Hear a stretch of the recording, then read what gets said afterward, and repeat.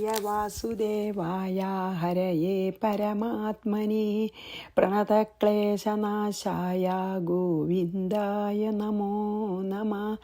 രാമായ രാമഭദ്രായ രാമചന്ദ്രായ വേധസേ രഘുനാഥായ നാഥായ സീതായ പതയേ നമഃ.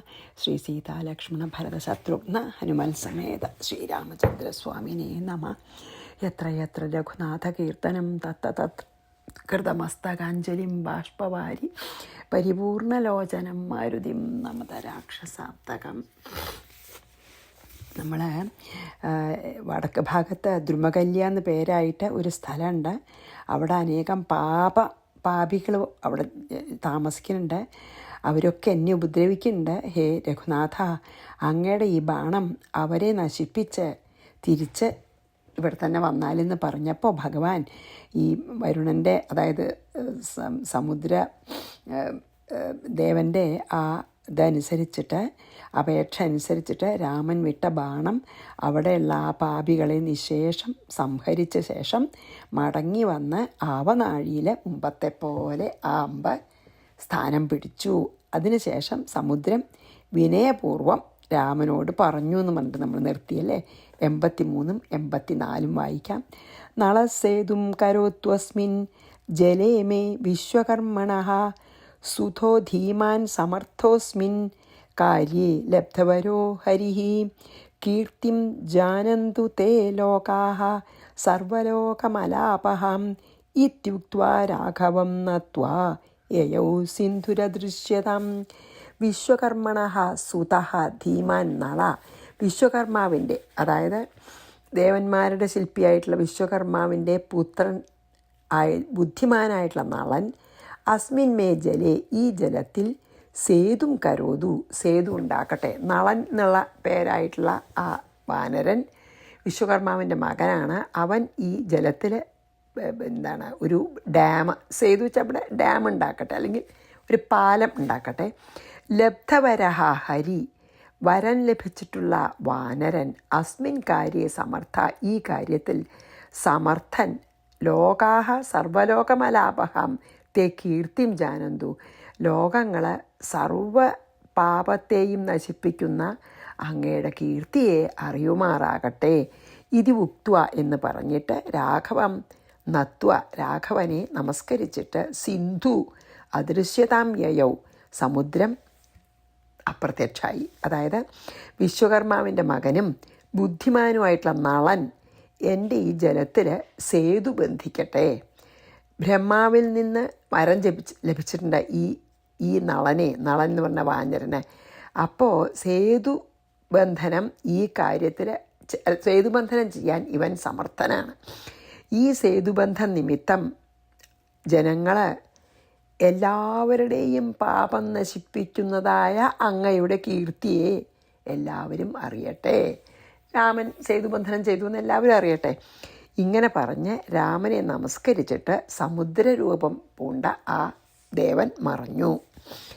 അപ്പം 83 84 നളസേതും കരോത്വസ്മിൻ ജലേ മേ വിശ്വകർമ്മണഃ സുതോ ധീമാൻ സമർത്ഥോസ്മിൻ കാര്യേ ലബ്ധവരോ ഹരിഃ കീർത്തിം ജാനന്തു തേ ലോകാഃ സർവലോകമലാപഹം ഇത്യുക്ത്വാ രാഘവം നത്വാ യയൗ സിന്ധുരദൃശ്യതാം.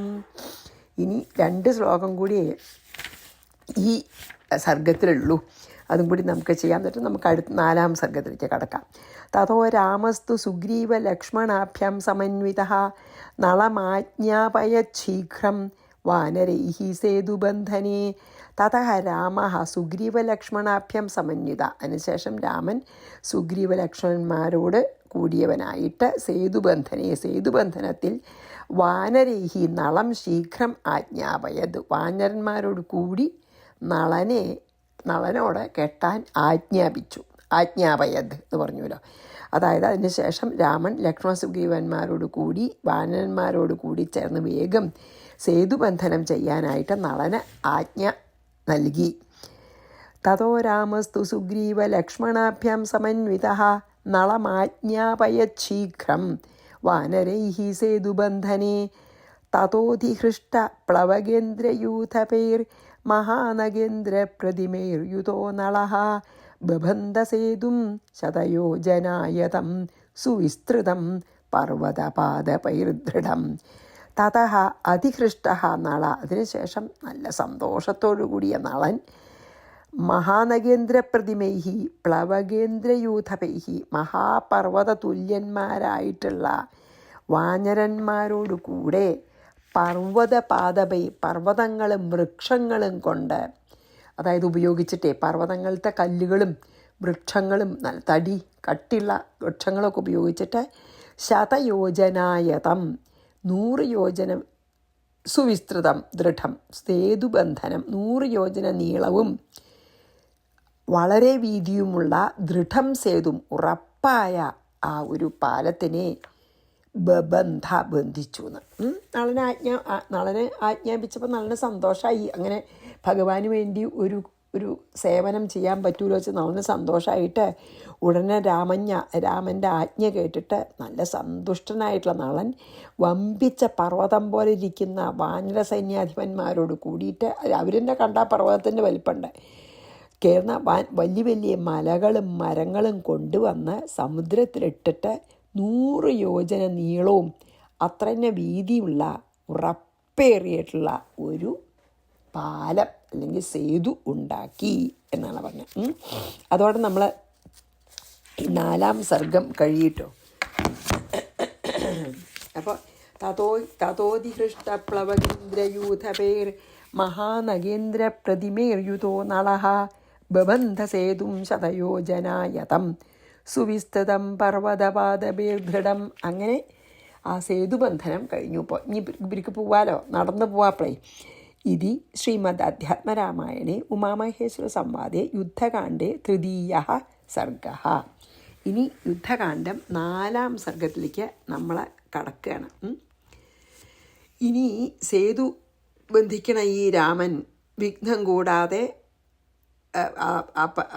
സേതുബന്ധനം നടക്കാനും പുണ്യം അവിടെ ഇനി ആ സേതുബന്ധനം നടന്നോടത്ത് വന്ന് പിന്നെ സ്നാനം ചെയ്യുന്നവരുടെ പാപം നശിക്കാനായിട്ട് അവിടെ ശിവനെ പ്രതിഷ്ഠിക്കുന്നതൊക്കെയാണ് ഇനി നമുക്ക് നോക്കാട്ടോ. യുദ്ധകാണ്ഡം 4-ാം സർഗം. ശ്രീ മഹാദേവ ഉവാച സേതുമാരഭമാണസ്തു തത്ര രാമേശ്വരം ശിവം സംസ്ഥാപ്യ പൂജയിത്വാഹ രാമോ ലോകഹിതായ ച. ലോകഹിതത്തിനായിക്കൊണ്ട് എന്താ ചെയ്ത് രാമൻ? സേതുവിനെ ആരഭമാണ് രാമഹത്തു, ആരംഭിക്കുന്ന രാമൻ ആകട്ടെ ലോകഹിതയായ ച, ലോകത്തിൻ്റെ ഗുണത്തിനായിക്കൊണ്ട് തത്ര അവിടെ രാമേശ്വരം ശിവം, രാമേശ്വരൻ എന്നു പേരായ ശിവനെ സംസ്ഥാപ്യ സ്ഥാപിച്ചിട്ട് പൂജയിത്വ പൂജിച്ചിട്ട് ആഹാ പറഞ്ഞു. അപ്പോൾ ശ്രീ മഹാദേവൻ ശ്രീ പാർവതിയോട് പറയാണ്, അവിടെ സേതു ബന്ധിക്കാൻ ഭാവിച്ച രാമൻ, അതായത് പുറപ്പെട്ട രാമൻ വിഘ്നം കൂടാതെ ആ സേതുബന്ധനം സാധിക്കണമെന്നും ഈ സേതുബന്ധനം കാണുന്നവർക്കും അവിടെ കുളിക്കുന്നവർക്കും പാപം നശിച്ച് പുണ്യം ലഭിക്കാനും ആയിട്ട് അവിടെ രാമേശ്വരൻ എന്ന നാമധേയത്തോടു കൂടിയിട്ടുള്ള ശിവനെ പ്രതിഷ്ഠിച്ചു. പ്രതിഷ്ഠിച്ചിട്ട് ഇപ്രകാരം പറഞ്ഞു. അപ്പോൾ അതെ, ശ്രീ മഹാദേവ സേതുമാരഭമാണസ്തു തത്ര രാമേശ്വരം ശിവം സംസ്ഥാപ്യ പൂജയിത്വാഹ രാമോ ലോകഹിതായ ച. 2 പ്രണമേത് സേതുബന്ധം യോ ദൃഷ്ട്വാ രാമേശ്വരം ശിവം ബ്രഹ്മഹത്യാദി പാപേഭ്യോ മുച്യതേ മദനുഗ്രഹാത്. എന്താ രാമൻ പറഞ്ഞെന്നിട്ട് അത് ആരംഭിച്ചപ്പോൾ എന്താ പറഞ്ഞത്? ശിവൻ്റെ പ്രതിഷ്ഠ ചെയ്തതിന് ശേഷം രാമൻ പറഞ്ഞു, യഹ ഏതൊരാൾ സേതുബന്ധം രാമേശ്വരം ശിവം, സേതുബന്ധനത്തെയും രാമേശ്വരൻ എന്നു പേരുള്ള ശിവനെയും ദൃഷ്ട്വാ പ്രണമേത് കണ്ട് നമസ്കരിക്കുമോ, സഹ അവൻ മദനുഗ്രഹാത് എൻ്റെ അനുഗ്രഹം കൊണ്ട് ബ്രഹ്മഹത്യാദി പാപേഭ്യാമുച്ചതേ ബ്രഹ്മഹത്യ മുതലായുള്ള ഏറ്റവും വലിയ പാപങ്ങളിൽ നിന്നുപോലും മോചിക്കപ്പെടുന്നു. അതാണ് രാമൻ പറഞ്ഞത്.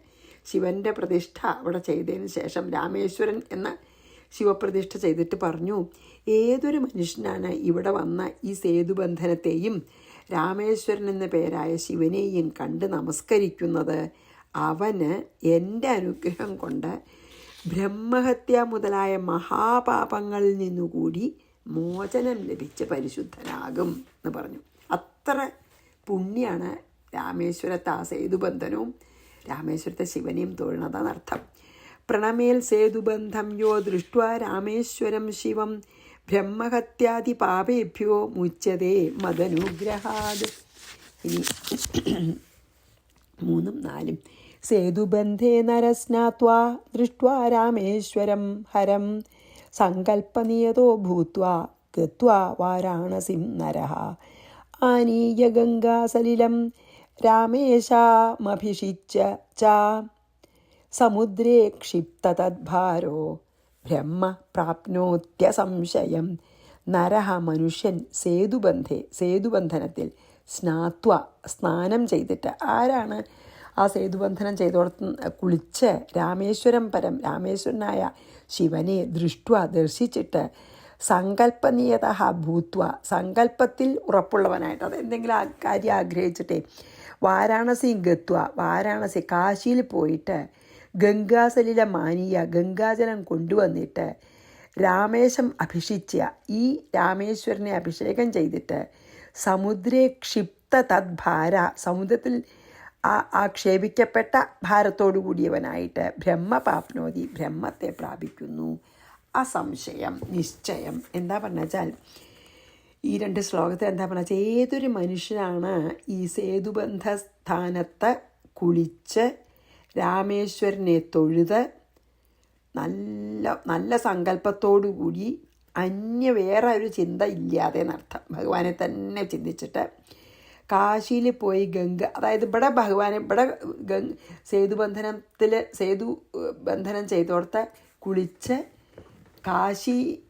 രാമേശ്വരത്തെ ശിവനെ തൊഴുത് പിന്നെ കാശിയിൽ പോയി ഗംഗാസ്നാനം ചെയ്ത് ആ ഗംഗാജലം ഒരു പാത്രത്തിലെടുത്ത് കൊണ്ടുവന്ന് ആരാണ് ഈ രാമേശ്വരനെ അഭിഷേകം ചെയ്ത് അവൻ്റെ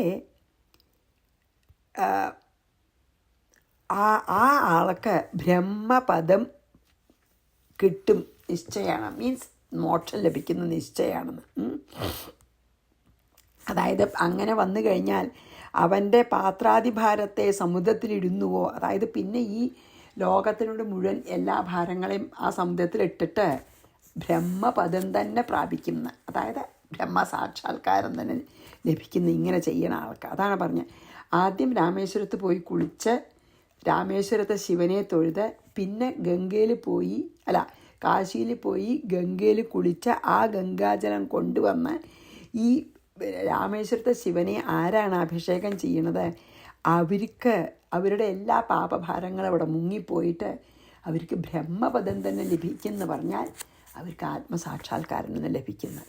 സേതുബന്ധേ നരസ്നാത്വാ ദൃഷ്ട്വാ രാമേശ്വരം ഹരം സങ്കൽപ്പനിയതോ ഭൂത്വാ ഗത്വാ വാരാണസിം നരഃ ആനീയ ഗംഗാസലിലം രാമേശമഭിഷിച്യ ച സമുദ്രേ ക്ഷിപ്ത തദ്ഭാരോ ബ്രഹ്മപ്രാപ്നോത്യസംശയം.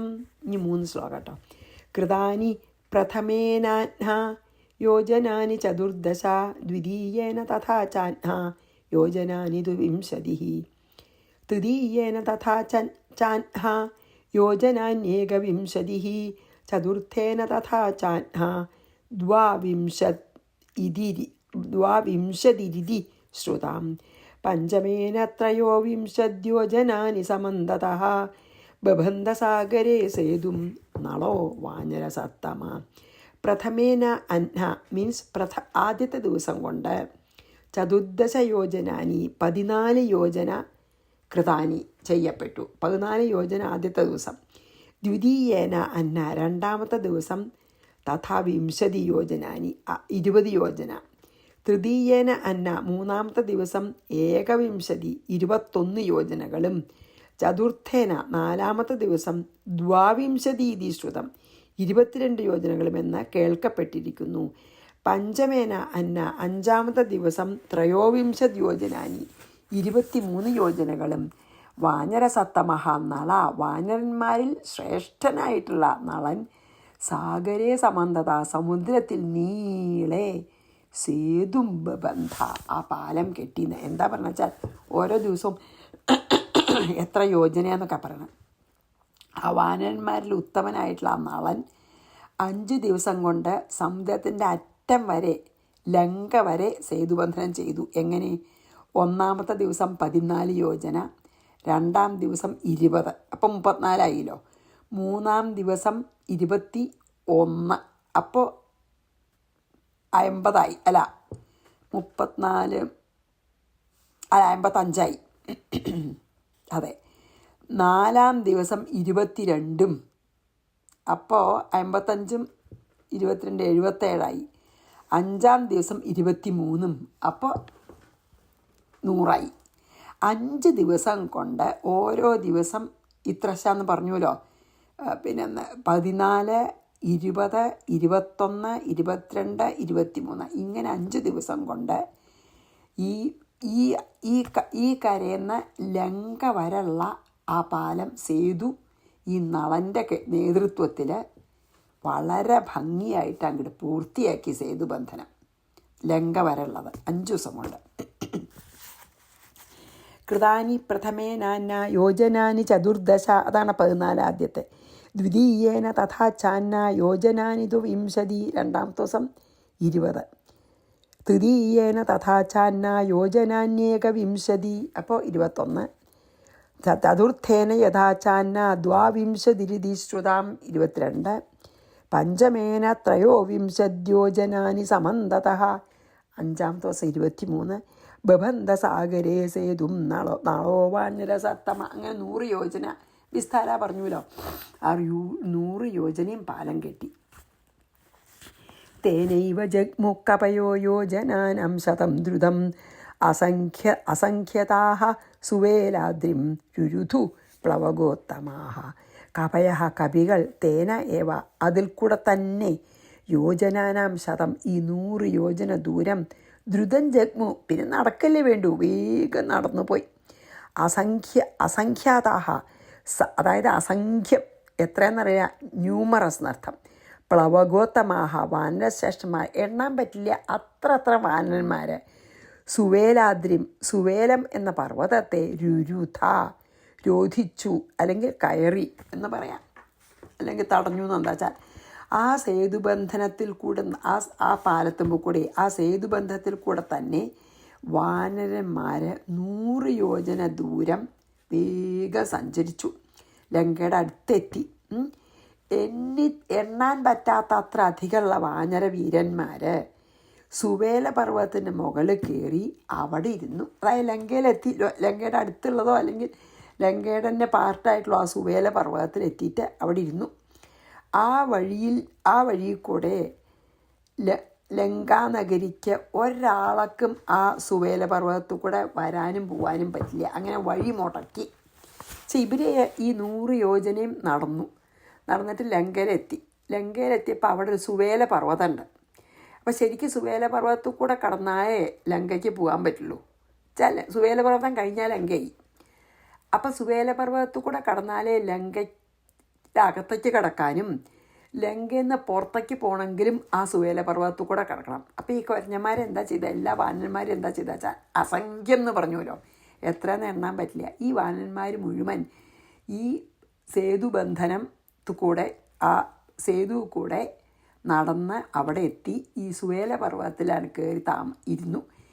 അപ്പം എന്താ വെച്ചാൽ ലങ്കയിലേക്ക് ആർക്കും അങ്ങടും പോകാൻ പറ്റില്ല, ലങ്കയിൽ നിന്ന് പുറത്തേക്കും വരാൻ പറ്റില്ല. അങ്ങനെ വഴി തടഞ്ഞ് ആ സുവേല പർവ്വതത്തിൽ ഇരുന്നു എന്നാണ് പറയുന്നത്. അതായത് യുദ്ധത്തിൻ്റെ ഒരു സൂചനയാണ് ഈ വഴി അടയ്ക്കൽ. വഴി അടച്ചു. ഇപ്പോൾ ലങ്കയിൽ നിന്ന് പുറത്തേക്കും പോകാൻ പറ്റില്ല, ലങ്കയിലേക്ക് ആർക്കും വരാനും പറ്റില്ല. അങ്ങനെ വഴി അടച്ചു. അത് യുദ്ധത്തിൻ്റെ ഒരു മുന്നോടിയായിട്ട്.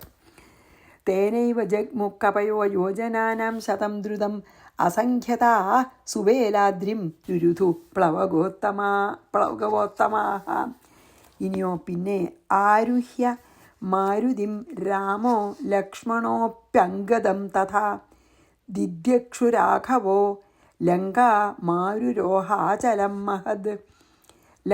ലങ്കയെ ദിദൃക്ഷു, കാണാൻ ആഗ്രഹിക്കുന്ന, രാമ ലക്ഷ്മണ അഭി, രാമൻ ലക്ഷ്മണനും മാരുതിം അങ്കദം അഭി, മാരുതിയെയും അങ്കദനെയും ആരുഹ്യ, അവരുടെ മേലിൽ കയറിയിരുന്നിട്ട്, അതായത് ഒരാൾ ഹനുമാൻ്റെ മേലിലും കയറി ഭഗവാനാവും, ഹനുമാൻ്റെ മേലും ലക്ഷ്മണൻ അങ്കദൻ്റെ മേലും കയറിയിട്ടുണ്ടാവും.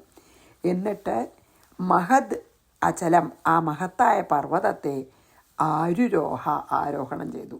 സുവേല പർവ്വതത്തിന് ലങ്കാനഗരിയെ കാണാനുള്ള ആഗ്രഹം കൊണ്ട് രാമനും ലക്ഷ്മണനും ഹനുമാൻ്റെയും അങ്കദൻ്റെയും ചുമലിലിരുന്നു കൊണ്ട് ആ വലിയ സുവേല പർവ്വതത്തിൻ്റെ മുകളിലേക്ക് അവർ കയറി. ഞങ്ങളുടെ കാറി കിടക്കണമല്ലോ, അതാണ്. ഇനി നോക്കാം. ദൃഷ്ട്വാ ലങ്കാം സുവിസ്തീർണാം നാനാ ചിത്രധ്വജാകുലാം ചിത്രപ്രാസാദ സംബാധാം സ്വർണപ്രാകാരതോരണാം. ഈ ലങ്കയുടെ വിസ്താരം എന്താ അറിയോ? സുവിസ്തീർണാം, നല്ല വിസ്താരമുള്ളതും, നാനാ ചിത്രധ്വജാകുലാം, പലവിധ വർണ്ണത്തിലുള്ള കൊടിക്കൂറകൾ നിറഞ്ഞതും. ധ്വജം കൊടിയല്ലേ. പിന്നെയോ ചിത്രപ്രാസാദ സംബാധാം, വളരെ വിചിത്രങ്ങളായ മാളികകൾ തിങ്ങിയിരിക്കുന്നതും. സ്വർണ്ണ പ്രാകാര തോരണം, സ്വർണ്ണ മതിൽ ചുറ്റുകളുള്ള പ്രാകാരം, ഗോപുരങ്ങളോട് കൂടിയതും. ഈ ശ്ലോകത്തിൽ അതേ പറഞ്ഞിട്ടുള്ളൂ. എങ്ങനെയാ ലങ്ക? ദൃഷ്ട്വാ ലങ്കാം, എങ്ങനത്തെ ലങ്കയാണ് കണ്ടത്? അതിവിസ്താരമുള്ളത്. അതായത് ഈ പർവ്വതത്തിൻ്റെ മുകളിൽ കയറിയാൽ ഉയരത്തിൽ ഇരിക്കല്ലേ, അസലായിട്ട് കാണി.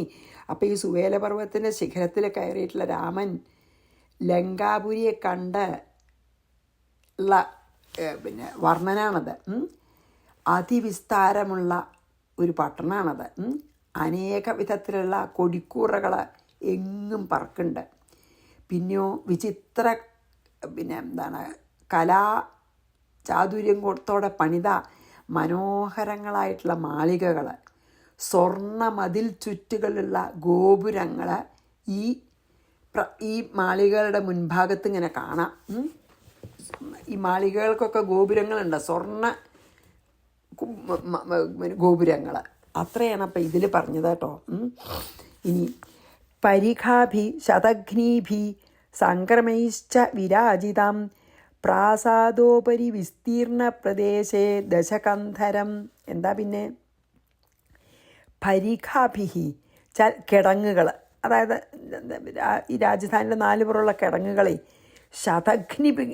ശതഘ്നികൾ എന്ന് പറയുന്ന ആയുധങ്ങളും വിരാജിതാം ശോഭിക്കുന്നതുമായ അനവധി കിടങ്ങുകളുണ്ട്.